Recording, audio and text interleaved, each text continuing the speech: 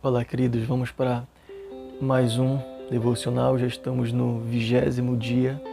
E nesse 20º dia, eu quero meditar com você a respeito do tema casamento inabalável, a aliança fundamentada em Cristo.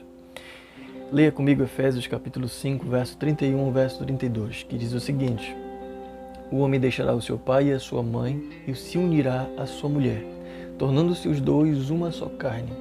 Grande é este mistério, mas eu me refiro a Cristo e à Igreja. Queridos, o casamento tem sido visto como um desfecho inevitável para aqueles que se amam e possuem uma forte paixão um pelo outro. Porém, para o cristão, o casamento não é, ou pelo menos não deveria ser, uma escolha baseada apenas nas afeições de um casal, pois ao longo dos anos isso não será suficiente para sustentá-lo. Em seu livro do Timothy Keller, O Significado do Casamento, o autor ele lembra que o relacionamento conjugal deve ser construído sobre a aliança, ou seja, sobre a promessa de fidelidade até a morte, e não sobre romance ou fortes afeições. A Bíblia recomenda que os solteiros se relacionem no Senhor com alguém do sexo oposto, pelo qual se sintam atraídos e que se casem, conduzidos por amor e para amar, e não simplesmente por causa de acordos familiares ou interesses financeiros. 1 Coríntios capítulo 7 nos dá um norte a respeito disso. No entanto, a base para essa decisão não deve ser apenas um sentimento que o casal ele sente um pelo outro. Haja vista que os sentimentos e as circunstâncias elas podem mudar. Um casamento sólido, ele se mantém pelo pacto feito diante de Deus. É muito importante considerarmos a respeito disso, que um casamento sólido, ele vai se fundamentar pelo pacto que é feito diante de Deus. Não é simplesmente pelo propósito, pela vontade deles quererem viver uma vida juntos, não é simplesmente pela emoção, pela paixão que sentem um pelo outro. Principalmente, é o pacto que eles decidem fazer diante de Deus. Decidem ser fiéis antes de qualquer coisa a Deus. Decidem ser fiéis antes de qualquer coisa à palavra de Deus, à vontade de Deus, os princípios de Deus. Então, demonstramos o que é evangelho ao nos mantermos firmes diante do cônjuge, mesmo em tempos difíceis. Quando os sentimentos eles aparecem duvidosos, exercemos graça, assim como nós recebemos do Senhor, e nos mantemos firmes à aliança feita com Deus, com Ele. Cristo, queridos, não deixou a sua noiva, mas Ele se entregou por ela até a morte com o propósito de resgatá-la. Veja bem, Cristo ele não abandonou a sua noiva, ele não deixou a sua noiva, que é a igreja, ele se entregou por ela até a morte. A noiva não deixará o noivo, mas permitirá que ele a santifique e a prepare para o grande dia das bodas. A gente percebe que a relação de Cristo com a igreja é o modelo para a igreja, o modelo para aqueles que desejam se casar ou para os casados. É muito importante a gente pensar a respeito disso e olhar para as Escrituras com esse olhar. E assim também nós, os solteiros que um dia vão se casar, assim também os noivos que pensam em se casar logo, assim também os casados que já são firmados nessa aliança, assim também todos nós que estamos inseridos numa sociedade que adere ao casamento de acordo com a vontade de Deus. A fim de glorificar a Deus e obter um casamento inabalável, nós devemos encarar o casamento como uma firme aliança. Mas por quê?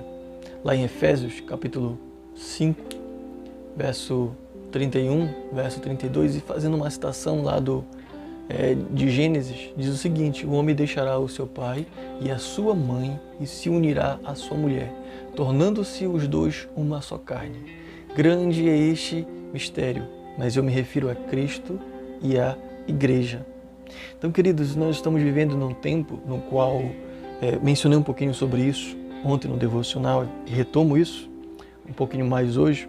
Estamos vivendo num tempo no qual as pessoas, os casais, eles não querem mais se casar.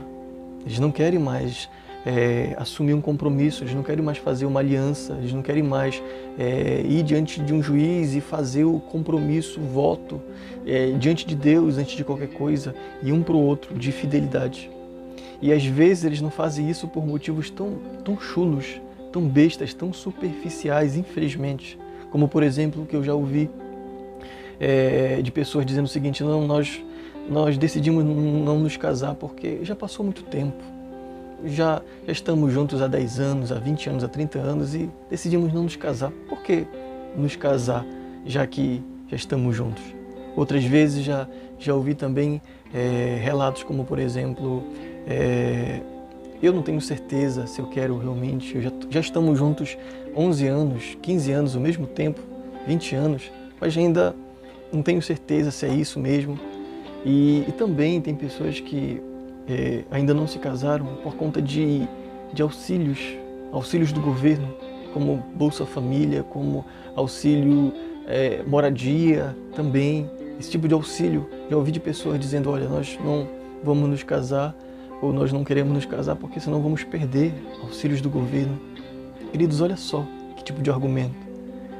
Eu sei que parece importante, parece muito o auxílio para as pessoas que precisam e recebem tudinho, mas veja bem, Deus, o Deus dos céus, que criou todas as coisas, que criou o casamento também, que decidiu unir o homem e a mulher e testemunhar dessa união, Ele é quem provê todas as coisas. Ele é quem provê todas as coisas. Se com o propósito de eu agradar a Deus, se com o propósito de eu buscar a bênção de Deus para o matrimônio, para o casamento, para a relação, for necessário abrir mão de um valor, você deve fazer isso. Você deve fazer isso. E creia, se apegue, confie que Deus não vai deixar faltar nada para você. Deus não vai deixar faltar o que você deve comer, beber ou se vestir. Ele nos promete isso.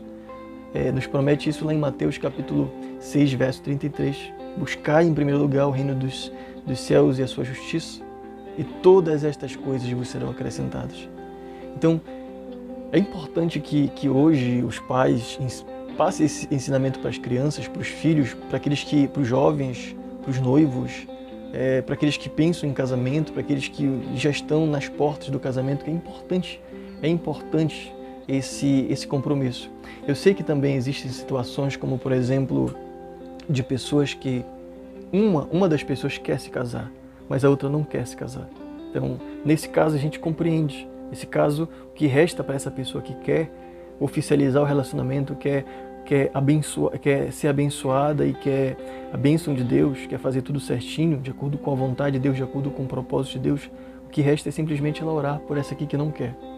Porque, claro que elas não podem brigar, não podem obrigar, mas no mais, quando duas pessoas podem se casar, querem se casar, estão na igreja, já creem em Deus, entendem esse princípio básico, aí é muito complicado. Então, para a nossa meditação prática, eu quero que você medite sobre o texto bíblico e ore para que o seu relacionamento esteja fundamentado em Cristo e na sua palavra.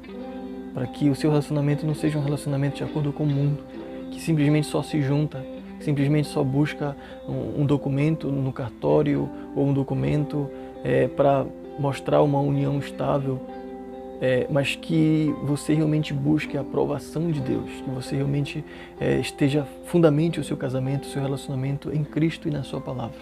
Amém? Vamos orar?